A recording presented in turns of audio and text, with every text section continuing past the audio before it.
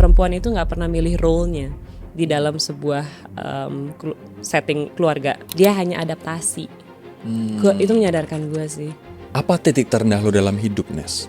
I hated myself so much. Kayak gue kerja terus gak habis-habis. Ketika gue pulang ke rumah, gue ngerasa gue ngeliat ke kaca dan gue gak suka orang yang gue lihat. Gue pernah gak punya uang sampai gak punya tabungan gitu ya, saat memang gue harus bayar ini itu gitu. Dan ternyata tidak mengubah gue gitu loh. Gue tetap begini aja orangnya gitu. Jadi itu kan ilusi ya. Ketika wah iya ya lo gak punya uang sama sekali, lo bakal mati. Nggak juga ternyata gitu. Jadi ada banyak tools sebenarnya yang kita bisa pakai untuk check in with ourselves kan. Lewat journaling, lewat meditasi, lewat banyak hal gitu. Tapi tools-tools itu kan gue gak pernah tahu sebelumnya, Ron. Syahna Suhartono adalah jurnalis dan penulis yang memilih bangkit setelah ngelewatin titik terendah hidupnya. Berangkat dari dunia jurnalistik di Metro TV dan See Today, ia kini menggunakan suara dan pengalaman dia buat bantu orang lain kembali terhubung dengan diri sendiri, intuisi, dan makna hidup. Tapi if you don't mind, I will ask you about your recent experience, your recent exit. My recent exit. Pancatera. I follow my intuition, I follow my heart. Ketika kita percaya pada intuisi kita, gue tidak peduli siapapun yang meninggalkan gue, asal gue tidak meninggalkan diri gue sendiri.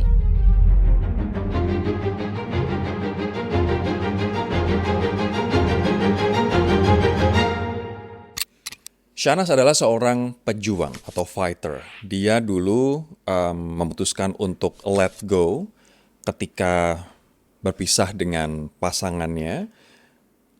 Dan rata-rata orang akan terbawa oleh grief itu panjang. Tapi itu tidak terjadi pada Syahnas dan justru malah dia bounce back. Dan gue bisa bilang bahwa dia salah satu orang paling produktif, tetap ambisius, tapi sekarang mindful dan content. Yang pernah gue dengar, yang pernah gue tahu. Kami dulu dipertemukan di Metro TV, terus dipertemukan di See Today, tapi terus dia kemudian juga berkarir di Net TV, sekarang di Trans Group. She's so ambitious. Dan mungkin banyak di antara kamu yang seorang overachiever dan seorang ambisius, tapi di sisi lain kamu juga pengen menemukan makna hidup.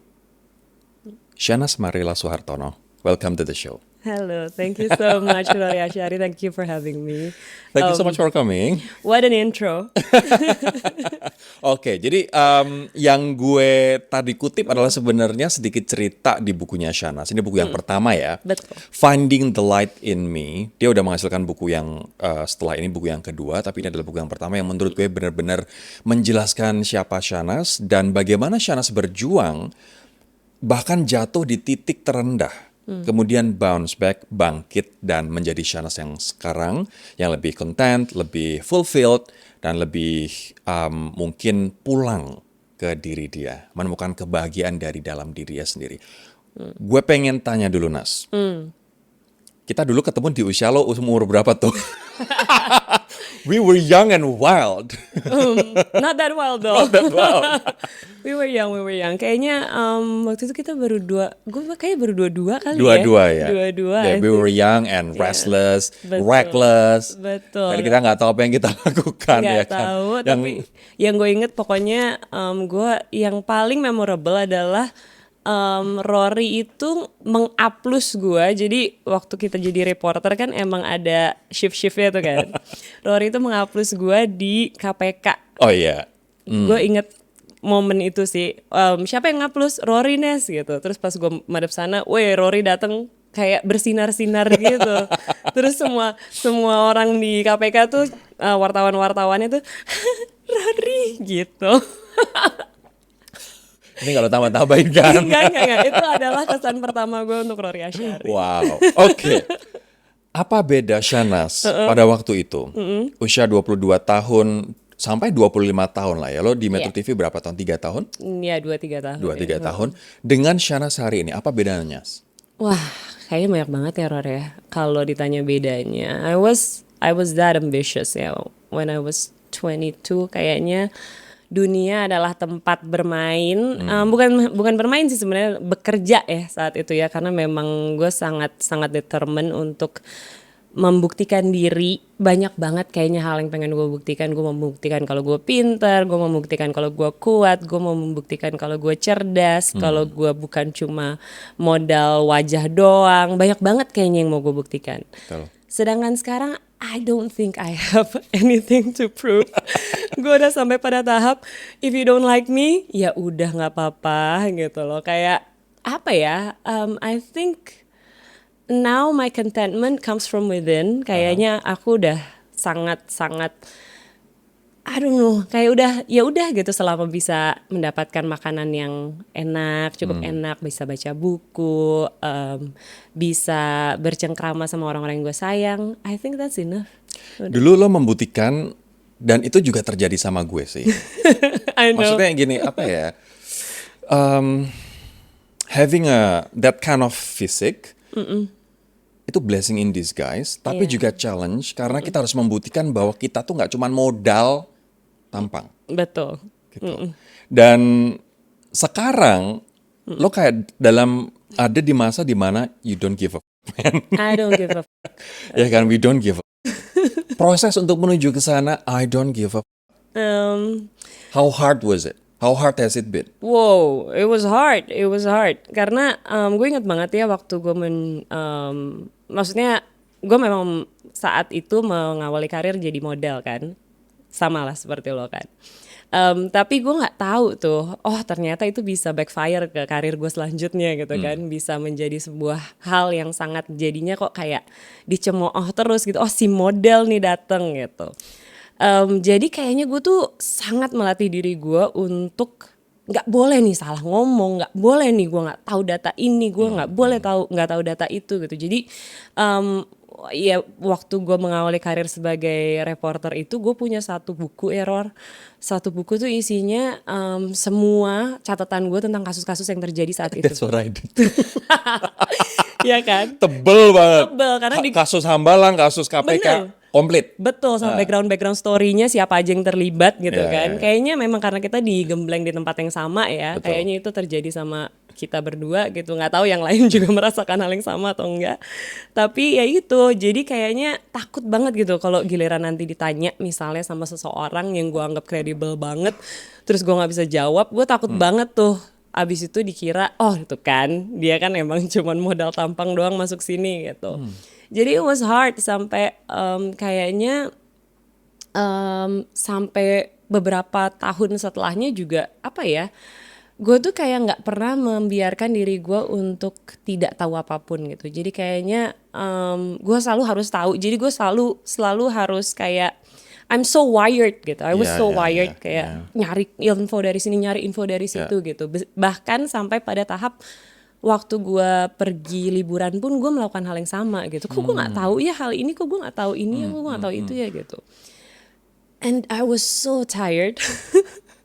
Nggak sadar kan, karena kan kayak gitu kan terus kita lakukan. Abis itu jadi otomatis.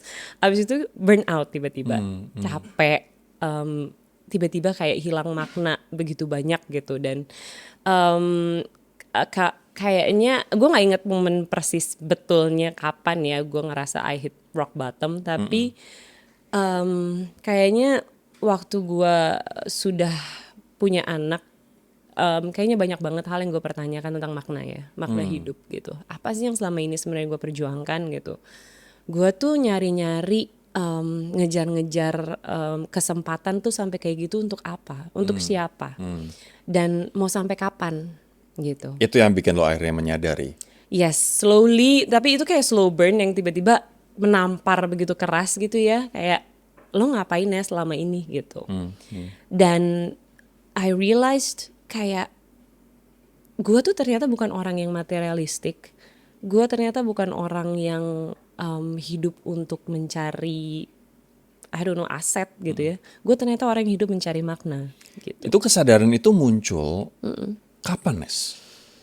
Ya itu ketika momen-momen gue baru ingin punya anak, momen-momen ketika gue sadar kalau gue hidup tuh bukan untuk beli rumah doang, gue hidup bukan buat beli mobil doang, pakai tas bagus, enggak.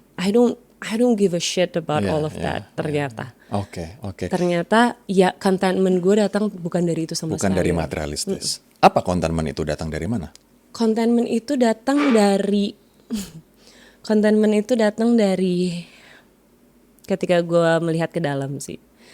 Secara spiritualis gitu ya. Maybe ya I'm a bit apa ya, mungkin kalau orang ngobrol sama gue selalu merasa oh Ines tuh orangnya apa ya, woo-woo banget gitu. Kayaknya dia selalu ngomongin apa yang ada di awang-awang gitu. But that's me. Oke. That's me, kayak hubungan gue sama Tuhan, hubungan gue sama lingkungan, hubungan gue sama orang-orang terdekat gue, hubungan gue yang punya dampak pada makna di dalam perkembangan jiwa gue, nggak hanya gue aja sendiri, tapi juga my surroundings gitu. If I give love to myself, I can give more love to all my friends, to all my families gitu. Jadi Oke. gue merasa makna-makna itu yang ternyata dulu gue somehow kayak overlook gitu loh. Yeah, Gue yeah. lupa untuk melihat oh ternyata yang kecil-kecil ini justru maknanya, bukan yang grande. Yang gue keren turun dari apa mobil mewah pakai gaun mahal, enggak gitu. Ternyata bukan itu semua. Apa titik terendah lo dalam hidup, Nes? Titik terendah gue sebenarnya banyak ya, Ror, you know. Tapi mungkin kalau misalnya yang gue tuliskan di buku pertama gue ini, I hated myself. Itu ketika gue baru memiliki seorang anak ya. You what? Sorry?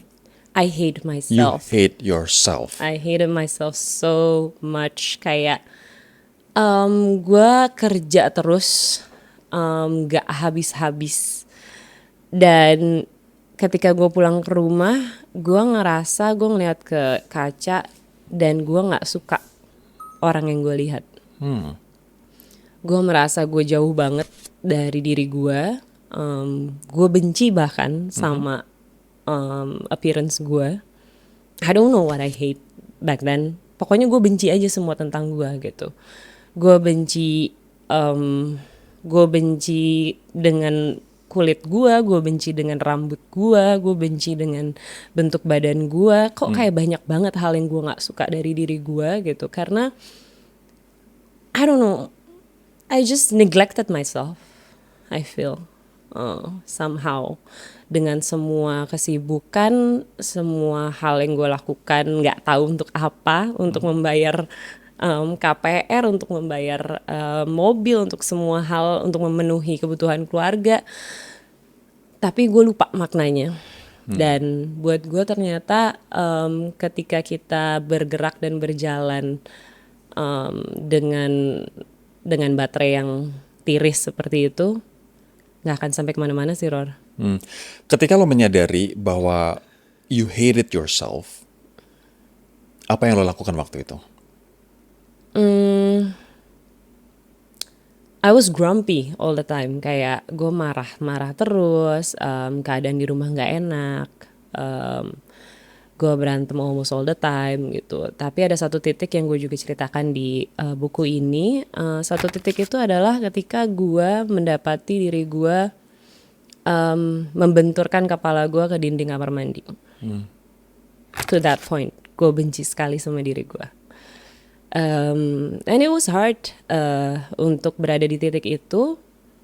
Dan at that point, my ex-partner juga tidak tahu apa yang harus dilakukan. Jadi dia juga ninggalin gue. Oh. Dalam posisi itu. Yeah, it was hard. Pemicunya apa, Nes? Apakah simply karena your expectation versus apa yang terjadi di sekitar lo? Atau mungkin karena kok semuanya terasa begitu berat at the same time, datang bertubi-tubi? Atau ada alasan lain? I don't know exactly ya. Kayaknya sih sebenarnya gini. Gue rasa gue tuh meninggalkan diri gue tuh sudah menahun gitu ya. Itu adalah depresi yang cukup lama gue terasakan tapi tidak pernah diobati. Setelah gue seek professional help gue awal gue ke terapis itu di tahun 2022 awal ya kalau nggak Oh, oke, salah. masa pandemi masih ya. Masa pandemi, dan gue tahu memang banyak sekali yang gue lewati tanpa bantuan terapis. Dan saat itu juga orang-orang di sekeliling gue tidak tahu apa kondisi gue saat itu. Dimulai sebenarnya dari postpartum depression yang cukup berat gitu ya. Dan gue nggak tahu saat itu kalau I was experiencing that gitu kan.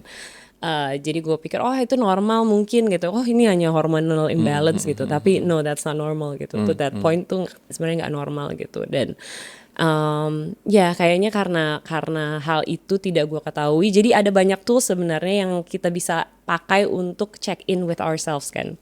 Apa aja itu? Banyak hal lah, kita bisa bisa membuat conversations dengan diri kita tuh lewat banyak hal, lewat journaling, yeah. lewat meditasi, lewat banyak hal gitu. Tapi tools-tools itu kan gue nggak pernah tahu sebelumnya, Ron.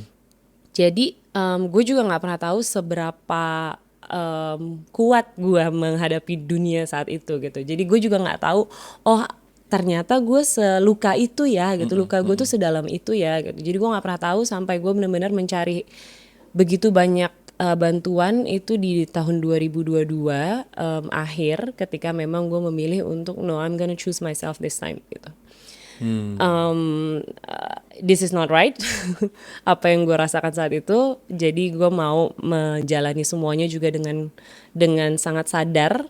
Maka itu gue ke terapi, gue pergi ke beberapa orang yang memang sudah sangat paham mengenai luka batin gitu. Jadi satu persatu gue datangi, dan semua tools itu akhirnya membantu gue untuk apa ya, bukannya bisa dibilang lebih kuat ya Ror, mungkin lebih sadar untuk melewati semuanya dan merasakan apa yang harus gue rasakan. Ketika lo memutuskan untuk I choose myself, aku memilih diri sendiri, apa yang ada di pikiran lo waktu itu? Apa yang akan lo lakukan for choosing yourself?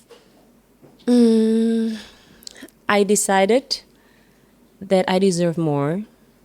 I decided to love myself more.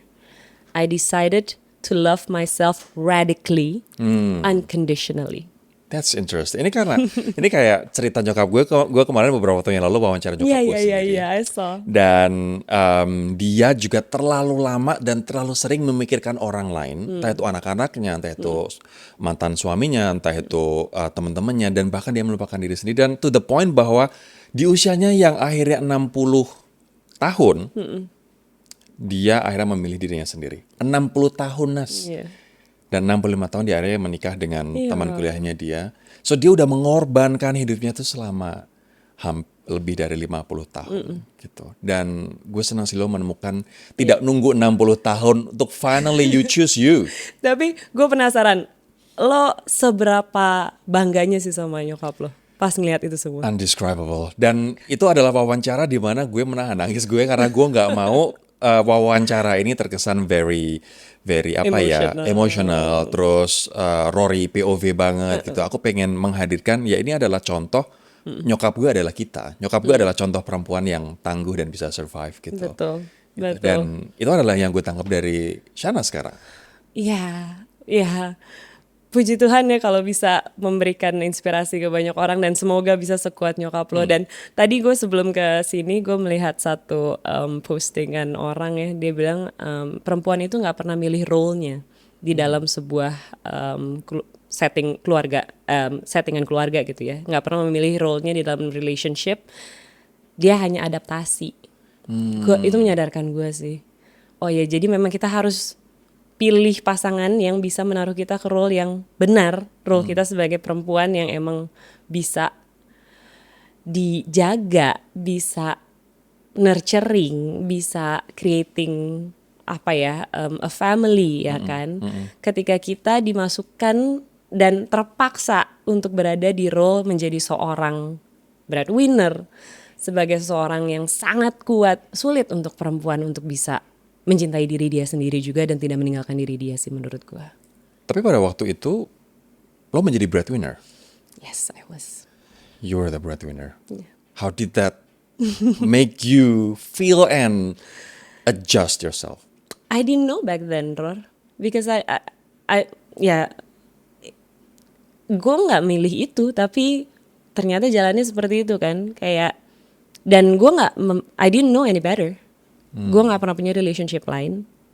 Gue nggak tahu how I wanna be treated. Gue nggak pernah punya cukup waktu untuk mencari tahu sosok-sosok lain. Oh, ada ya sosok lelaki lain. Gue nggak pernah tahu. And he's a great guy. My ex-partner is a great guy. He's just not for me. Gitu. Jadi sampai dengan detik itu gue mungkin merasa apa ya? Kayak takdirkah apakah gue tidak berhak untuk bahagia gitu.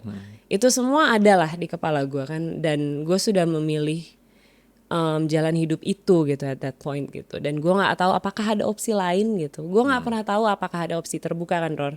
Sebagai seorang Kristiani gue tahu saat itu adalah pilihan gitu. When I say I do, I have to do it forever gitu kan. Nggak ada lah yang mau untuk berpisah gitu. Tapi at that time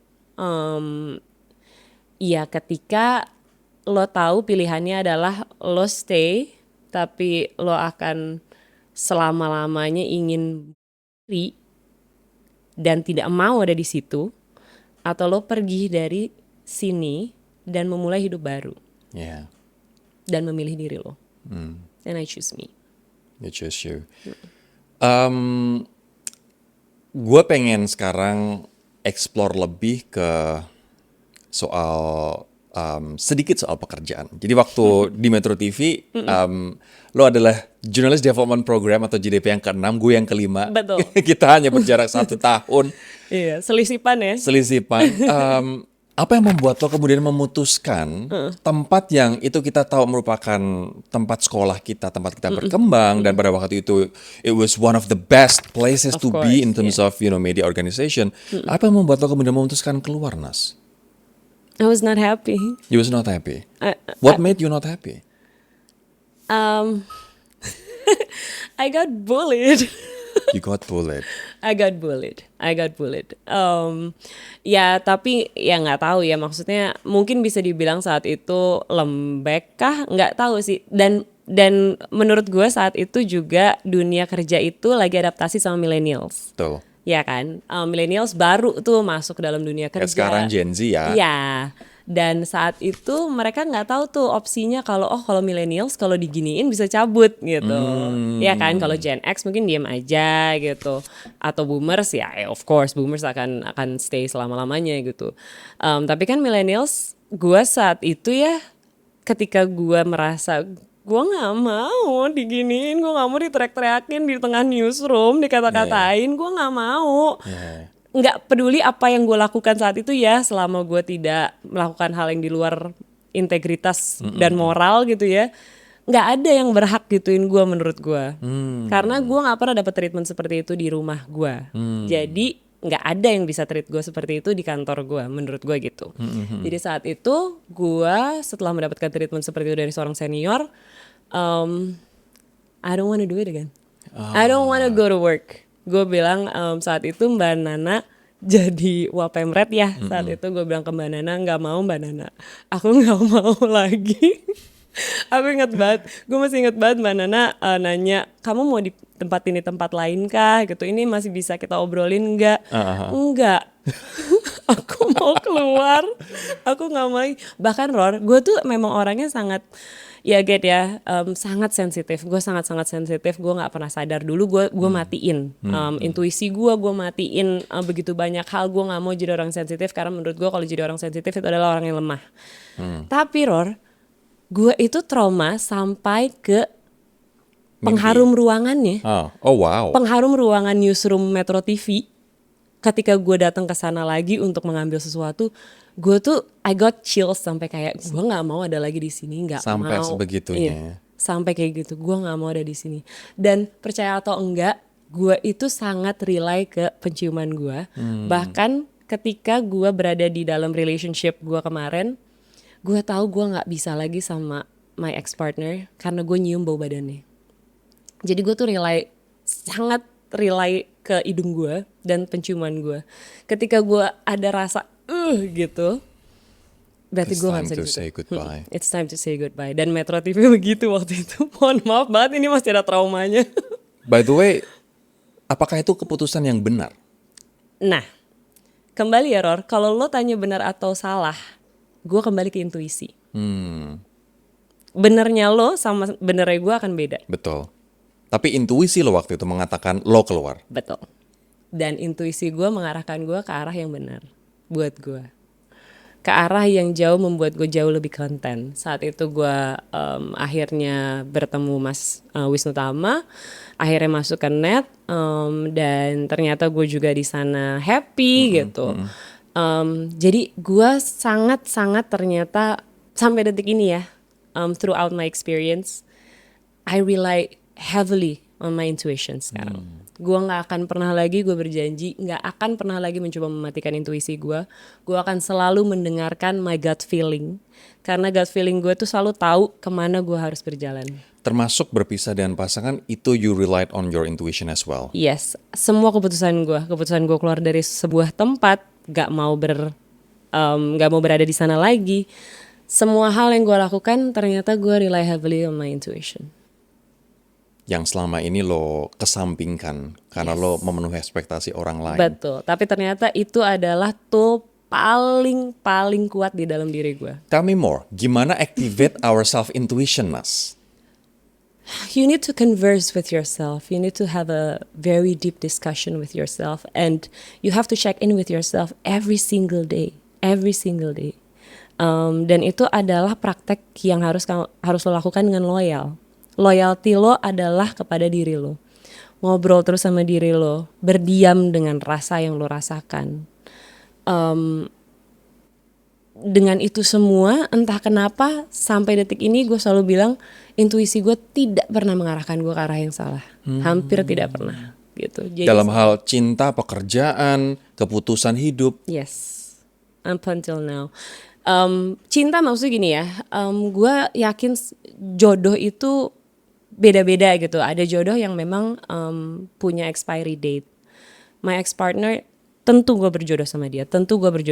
Karena we have a son together. course, yeah. We have a lovely son, a loving, kind son gitu. Dan ya memang kita tidak bersama sekarang, tapi hubungan kita evolve gitu. Dan kita juga jauh lebih baik gitu sekarang, bisa menyikapi satu sama lain. Jadi gue merasa jodoh itu bisa berubah bentuk juga gitu. Dan gue merasa semuanya itu di-guide dengan intuisi gue. Dan control is only an illusion. Kontrol itu gak ada sama sekali gitu loh. Sama sekali gak ada. Koneksi itu datang dari berkat Tuhan. Ketika tiba-tiba koneksi itu berantakan, ya berarti Tuhan bilang udah gitu. Jadi gue merasa ya mungkin ada yang berbeda pendapat sama gue. Atau mungkin udah karena udah nih ganti fase sekarang. Betul, evolving. Jadi sebuah bentuk baru yang bukan berarti cintanya berkurang, mungkin cintanya lebih di sini. Ya. Metro TV. Which is, itu adalah pengalaman yang tidak terlupakan dan membuat lo lebih dewasa. Yes, of course. Tapi if you don't mind, I will ask you about your recent experience, your recent exit. My Dari recent exit. Pancatera. Yeah. Do you mind to tell us what truly happened? Wow. Is that the kind of intuition that let you finally Of course. pergi gitu? Before I had the hard conversation, percaya atau enggak, 2 minggu sebelumnya gue diberikan mimpi oleh Tuhan. Gue diberikan mimpi di mana gue tahu. Jadi terapi gue adalah terapi Jungian. If you know Carl Jung itu psychoanalis dari Swiss, di mana dia sangat berkutat mengenai dream analysis. Jadi semuanya tentang mimpi. Dan terapis gue adalah Jungian therapist, di mana semua guidance gue itu didapatkan dari mimpi. Begitu banyak subconscious kita yang bicara lewat mimpi yang diri sadar kita nih nggak paham gitu. Gue diberikan sebuah mimpi, Ror. Sampai gue balik lagi ke terapis gue. Gue datang ke terapis gue dan gue bilang, di mimpi itu it was weird. The dream was so weird, gue bilang kan. Tapi kok I feel okay ya gitu. Jadi mungkin gue nggak bisa cerita di sini apa mimpinya ya, tapi simbolik sekali. Oh, nggak bisa ya? Gimana ya? Jadi kalau misalnya gue cerita, pasti gue akan dianggap nih orang aneh banget. Well, itu kan mimpi, out of your control, Yeah. out of our control. Out of my control. So it's ini tuh bicara tentang subconscious kita kan. Jadi gue mimpi di satu tempat, tempatnya tuh putih. I was standing on the stage. Stage-nya tuh putih gitu ya. Terus tiba-tiba ada satu ular warnanya hijau tua datang ke gue dan membelit gue. Dia hampir menyerang gue, tapi kemudian dia diam. Saat dia diam, dia nengok ke suatu tempat lain. Abis itu dia nggak jadi nyerang gue, dia ngelepasin gue karena dia menuju ke satu tempat yang tadi. Lain. Oh. Begitu gue naik, jadi gue kan saat itu gue mikir, oke, I have to save myself. Karena nih ular udah cabut nih, gue takut banget gitu. Pas gue mau cabut, gue balik badan, gue ngeliat ke atas, isinya ular semua di atas. Dan ularnya terbang ya. Ularnya terbang dan mereka ke satu titik yang itu. Satu titik yang Sama-sama menuju ke sana. Dan gue keluar dari stage itu, I was alone, dan gue masuk ke dalam sebuah maze. Maze itu putih, gue nggak tahu gue harus kemana, Ror. Tapi di situ gue melihat begitu banyak hal yang cantik. Gue melihat banyak artworks, gue ngelihat banyak vas warna-warni, gue ngelihat orang tua senyumin gue dengan manis. Gue datang ke terapis gue tanya, what is this gitu. Terus terapis gue bilang gini, Nes, lo tahu lo artinya ini semua? Oh ya, gitu kan. Iya, lo tahu artinya, cuma lo nggak berani ngakuin aja sekarang gitu, karena lo takut untuk percaya kalau itu artinya. Terus dia tanya, apa artinya ke gue kan? Gue harus jalan sendiri, gue bilang gitu. Betul, lo harus jalan sendiri, karena jelas jalan lo memang harus melihat begitu banyak hal sendirian, tidak bersama-sama orang lain. Gitu. 2 minggu setelah itu, I had the hard conversation. It was very principle, dan gue memutuskan di situ bukan tempat gue. Dan gue memutuskan untuk sendiri. Karena apa? Karena ketika kita percaya pada intuisi kita, gue tidak peduli siapapun yang meninggalkan gue, asal gue tidak meninggalkan diri gue sendiri. Gue tidak akan pernah meninggalkan diri gue lagi, meskipun dibilang dablek, gak mau kompromi. That's who I am. I would never ever neglected myself ever again. So dari level I don't give a Yep, I guess karena gini loh, Ror. When you reach this stage, ya gue nggak mau bilang kayak, oh what I did was the best, nggak juga gitu ya. Cuman gue udah sampai ke tahap yang mana gue nggak ngerasa gue bisa dibeli sama uang, gue nggak bisa dibeli sama fame, gue nggak bisa dibeli sama apapun gitu. Gue nggak tahu apa yang lo tawarkan yang bisa membuat gue oke, aku mau deh gitu. Gue nggak ada tuh. Jadi gue nggak tahu apa yang bisa gitu loh. Kalau misal lo menawarkan sesuatu sama gue nih, gue nggak tahu gue mau minta apa gitu. Selain gue memang akan jalan kemana pesan yang gue ingin sampaikan tersampaikan gitu. Jadi kalau memang tidak sesuai sama intuisi gue, tidak sesuai sama hati nurani, hati kecil gue akan memilih untuk berjalan sendiri. Karena no money, no fame yang bisa dia tawarkan untuk gue bisa berjalan bersama-sama. Buat gue no. Ketika memang ada satu hal yang prinsipal yang kita gak bisa ketemu, then it's okay. Gitu. Ada satu hal prinsipal yang memang nggak match antara Pancatera dengan Shahnaz.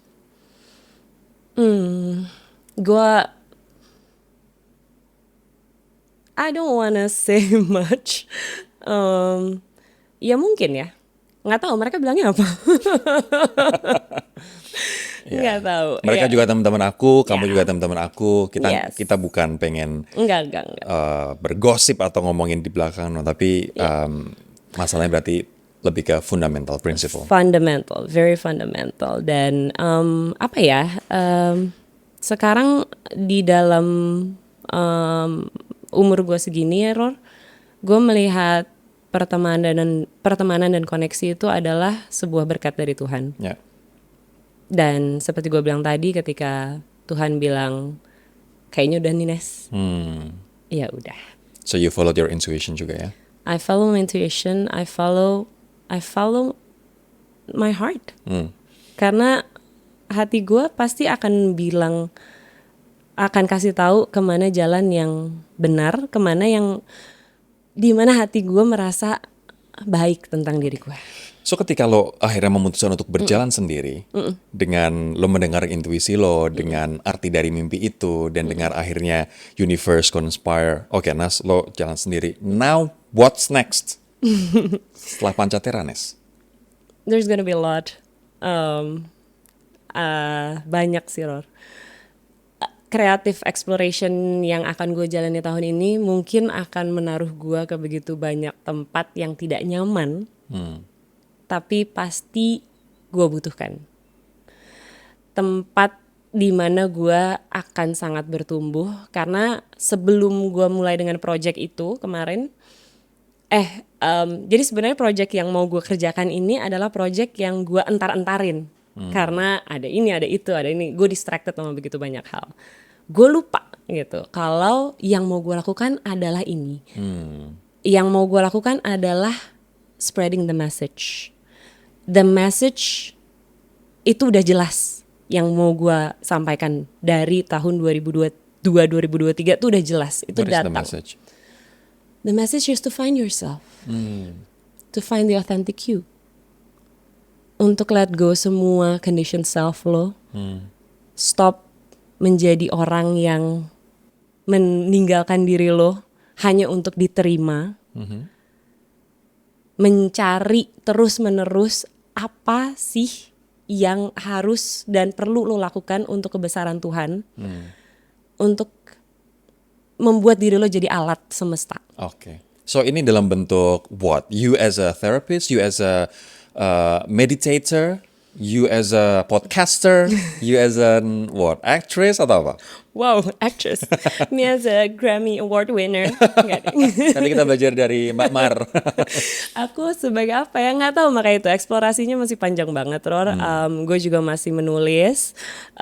Satu hal yang nggak akan gue tinggalkan adalah menjadi seorang penulis. Itu udah pasti gitu. Apapun yang gue lakukan, gue pasti akan terus menulis. Dan saat ini gue juga masih menulis untuk buku ketiga gue, dan kali ini gue mencoba menulis fiksi. Mudah-mudahan lancar. Dan untuk menjadi coach, jadi meditator, itu semua pasti akan gue jalani.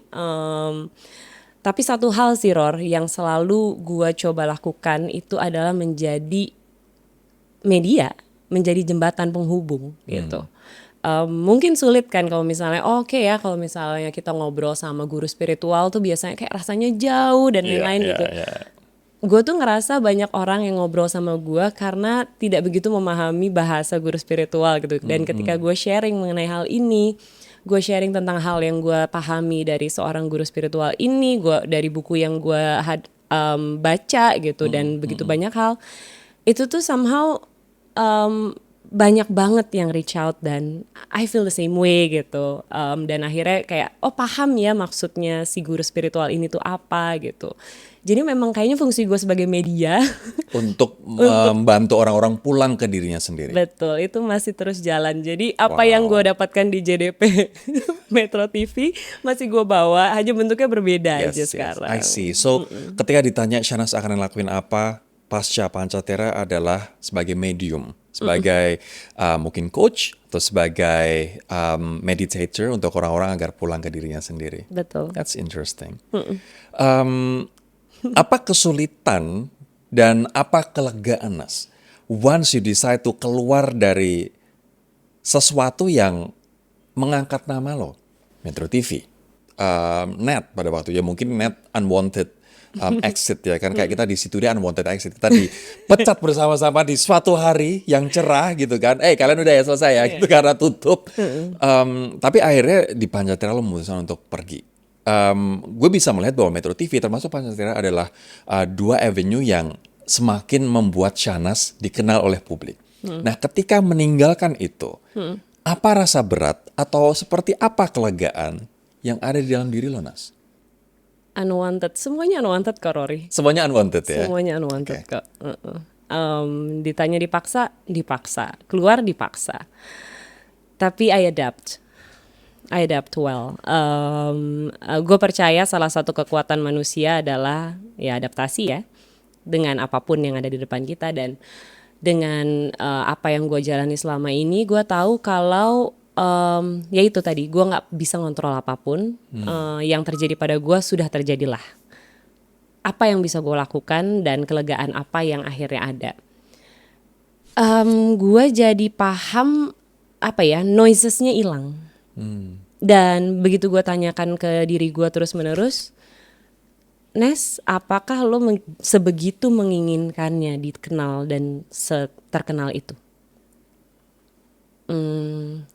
Itu mulai tuh, gue keluar tuh journaling, gue cari tahu kan.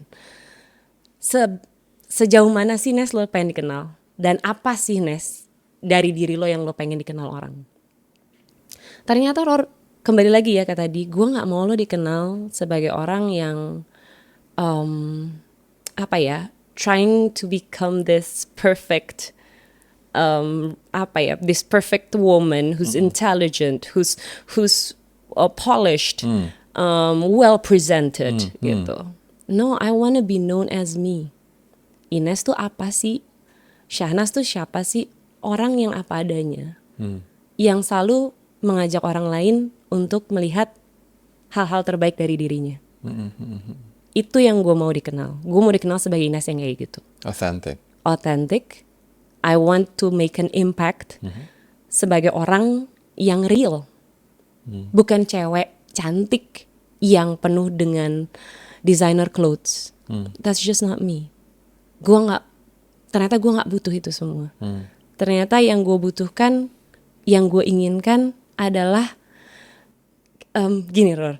Satu hal yang baru banget yang baru gue rasakan 2 tahun ini adalah ketika seseorang datang ke gue dan bilang, your book changed my life. Di peluncuran buku kedua gue, ada seorang perempuan pegang tangan gue nangis. Karena dia bilang, buku gue bantu dia untuk ngelewatin begitu banyak hal, termasuk ketika dia kehilangan bayinya. Dan impact seperti itu, wow, buat gue. No, I don't need designer clothes to do that. Gue gak butuh jadi cantik banget untuk melakukan itu. Gue butuh jadi otentik. Gue butuh untuk ngerasain emosi lo. Gue butuh untuk merasakan emosi orang-orang di sekitar gue. Gue butuh untuk menjadi jembatan di mana orang bisa memaknai hidup mereka. Gue gak butuh jadi manusia paling pintar sebumi. Enggak, gue gak butuh itu. At the end of the day, what matters most is our impact. Betul. To society, to other people. Anyway, kadang-kadang kita memikirkan bahwa hidup ideal tuh kayak begini. Ya kan? Kemarin gue tanya sama Cinta Laura soal perempuan ideal, dan dia bilang perempuan ideal tuh nggak ada, itu hanya ilusi. Konsep perempuan atau cara hidup yang ideal baru ada. Cara hidup yang ideal ataupun konsep yang ideal ada, tapi wanita ideal tuh nggak ada, itu hanya ilusi, dibentuk oleh masyarakat kan. Begitu pula dengan hidup ideal. Tapi orang kemudian membayangkan bahwa hidup ideal itu adalah seperti ini. Lo punya mobil, lo punya rumah, keluarga lo happy, anak-anak lo tercukupi, lo ngerasa ganteng, cantik, lo dihormati, lo punya karir yang bagus. Itu adalah hidup ideal. Betul. Yang padahal idealism itu nggak bisa kita kontrol gitu. Yang jual kan kapitalis. Yang jual kapitalis. Apa kebohongan besar menurut lo, Nas? Soal the idea of hidup ideal? ya itu, penjualnya aja mencari untung dari hidup ideal itu gitu. Kebohongan terbesarnya adalah no, once you have all that, believe me, kalau lo juga tidak mencari makna dalam hidup, lo gak akan bahagia menurut gue ya. Kita kan selama ini mikirnya seperti itu karena apa sih, Ror? Karena kita ngelihat Hollywood, kita ngelihat iklan. Oh, once lo punya mobil dengan harga segini, lo bisa dapetin apalah, istri, pasangan yang begini, yang begitu gitu Atau kan. tas misalnya, Iya. Hermes, LV. Nah, all those branded All those stuff. Tapi gini loh, I don't know, kebendaan itu tuh memang dari dulu, dari gue SMA, gue memang agak rebel ya. Dari gue SMA masalah kebendaan tuh agak gue pertanyakan dari dulu gitu. Tapi baru benar-benar setelah gue melewati begitu banyak proses, mengetahui begitu banyak metode tentang meditasi, gue baru sadar kalau oh ternyata kemelekatan ini yang dibicarakan gitu. Kemelekatan ini yang ternyata bohong banget gitu. Semua hal yang penting di dalam hidup ternyata yang tidak terlihat, Rory. I see. Cinta, kehangatan keluarga lo. Semua di dalam otak lo. Ada yang dalam sini, ada yang dalam sini. Itu semua gak terlihat. Dan itu semua yang penting. Jiwa lo balance di dalam mind, body, and soul. Semuanya gak ada yang kelihatan. Dan itu doang yang penting menurut gue. Selama semuanya intact. Gue pernah, Ror, gak punya uang sampai gak punya tabungan gitu ya. Saat memang gue harus bayar ini itu gitu. Dan ternyata tidak mengubah gue gitu loh. Gue tetap begini aja orangnya gitu. Jadi itu kan ilusi ya. Ketika wah iya ya lo gak punya uang sama sekali, lo bakal mati. Gak juga ternyata gitu. Jadi kemelekatan kita pada begitu banyak hal itu yang ternyata ilusi belaka gitu. Dan once you know kalau kita tuh di sini memang sebagai makhluk spiritual yang menjalani experience sebagai seorang manusia, lo sadar benda-benda ini tuh memang tools doang gitu. Ini cuman hadir sesaat. Ini bisa diambil, Ror. That badge bisa diambil dari lo kapan aja gitu. True. Apartemen ini semua hal bisa diambil begitu aja gitu dari lo gitu. Jadi dan yang paling penting kan akhirnya adalah impact apa yang lo buat, energi apa yang lo tinggalkan, bagaimana senangnya orang ketemu lo, rasa apa yang bisa lo berikan ke orang ketika dia menemui lo, ya kan? Gue sangat sedih sih ketika melihat seseorang akhirnya terjebak pinjol atau seseorang melakukan apapun untuk mendapatkan sesuatu agar merasa diterima. Ada teman gue yang sampai akhirnya utang, pinjol, pay later, dan akhirnya beli tas branded hanya untuk diterima di suatu lingkungan. Itu menyedihkan banget buat gue. Ada yang bahkan mungkin ini teman-teman juga mungkin melihat melakukan apapun untuk beli iPhone yang baru biar dianggap keren. Tapi akhirnya justru malah menyengsarakan kita dari dalam. Dan apa yang lo tadi bilang mengingatkan gue bahwa it doesn't really matter. It doesn't really matter. This materialistic thing nggak matter. Nggak matter. Dan tau nggak kenapa teman lo juga melakukan hal itu? Apa? Karena takut sendirian. Menurut gue ketakutan akan kesendirian itu juga banyak banget menghalangi orang untuk menjadi dirinya. Perlukah kita takut pada kesendirian, Nes? I don't think so. Once we're okay with being alone, dan being disliked, believe me, gue tahu betul rasanya tidak disukai orang. Ternyata lo menemukan diri lo. Ternyata nggak apa-apa lo, gitu.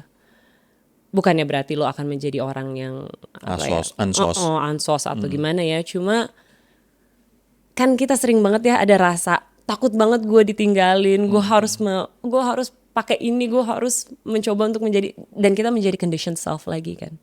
Kita menjadi people pleaser.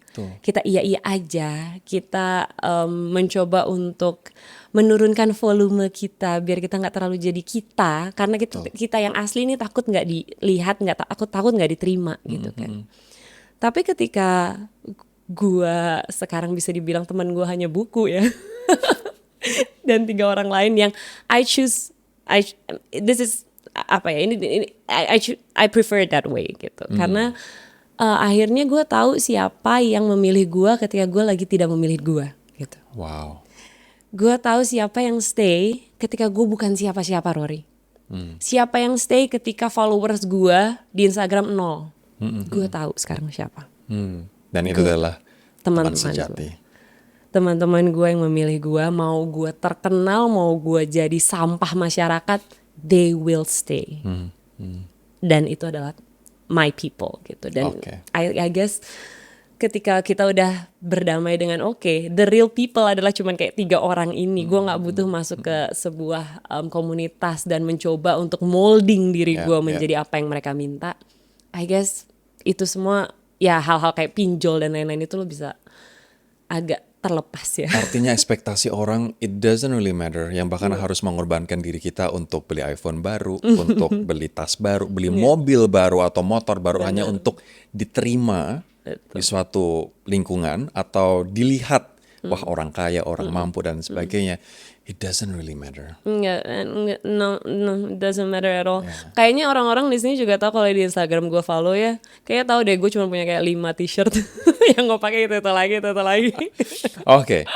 Alright, sekarang kita akan ke segmen rapid fire question. Ini pertanyaan cepet dan lo harus jawab cepet, Nas. At some point you have to elaborate, tapi nanti kita, that's fine. Gue slow loh orangnya. Gak apa-apa. Let's find out mana yang lo bisa elaborate ya. Oke. Pagi hari, meditasi atau scroll HP dulu, Nas? Meditasi. Meditasi. Berapa lama sih meditasi lo? An hour. An hour? Iya. Wow, ini kayak di buku ini sih, lo 1 jam meditasi. Iya, karena biasanya 45 minutes tuh baru keluar sampahnya. Maksudnya sampah-sampah yang ada berantakan nih di kepala tuh baru mulai tertata gitu. Ketika meditasi, gue diajarkan pada waktu itu untuk kita fokus pada nafas kita. Is that what you do? Atau kayak gimana meditasi lo? Meditasi gue, metode meditasinya namanya meditasi tanpa objek, di mana kita tidak visualisasikan apapun. Dan ya itu, menarik nafas, hanya merasakan observing. Tidak memvisualisasikan apapun. Nah, kalau pikiran kita misalnya keinget kerjaan, keinget anak, keinget bayar SPP, gimana dong? Biarkan. Kalau dalam ajaran Osho, pikiran itu seperti awan. Kadang kalau awan itu selalu lalu lalang kan. Tapi ada saatnya di mana langit itu nggak ada awannya. Jadi udah biarkan. Biarkan aja. Biarkan. Ikuti aja. Ikuti, observe. Oke. Hal paling lo syukuri tahun ini? Tahun 2025?